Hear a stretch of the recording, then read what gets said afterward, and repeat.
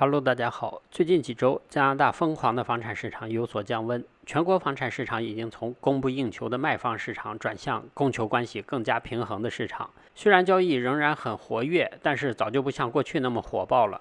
如果过去有20-30个人竞标一套房子的话，现在可能就只有几个人竞标，而且呢，加价也不像过去那么狠了。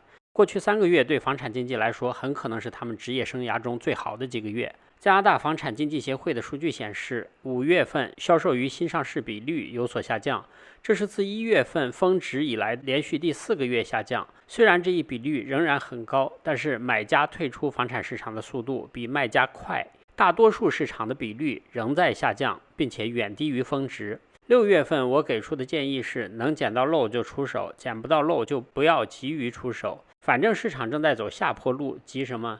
捡漏其实是一种心态，它不单单指价格低于市场价，有的时候也会是碰到了市场上难得碰到的好房子，冷静不猴急，抱着捡漏的心态买房会更轻松，这样呢也更容易买到满意的房子。最近这段时间挂牌价格过高的房子，大家也就没有必要浪费时间看房了。如果卖家过高的期望值与市场不符，很难交易成功。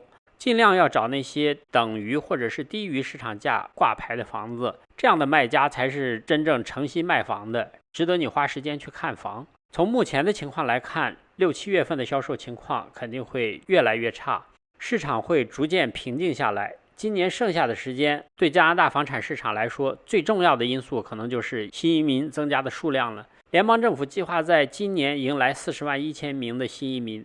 这个数字如果能实现的话，很可能会导致住房需求再次激增。但是由于第3波疫情的影响，加拿大边境开放一再推迟。加拿大政府今天还宣布放宽对完全接种疫苗的人的旅行限制，同时警告称要恢复完全开放的边境需要花更长的时间。按照新的政策，完全接种疫苗的加拿大人和永久居民在抵达加拿大时免除强制性的3天酒店住宿以及14天的隔离要求，但是必须在出发前提供冠状病毒阴性检测报告，并在入境后进行第2次检测。这个规定将于7月5日起生效。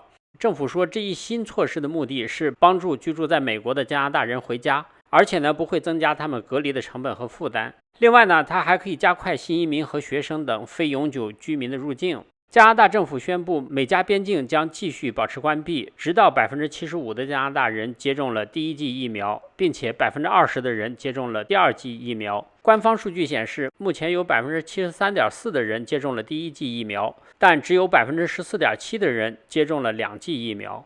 由于疫苗供应短缺，加拿大优先向更多的人接种第1剂疫苗，然后再给大家接种第2剂。因此，新移民在短期内很难恢复到正常的水平。不过呢，这对缓和加拿大的房产市场来说是好事儿。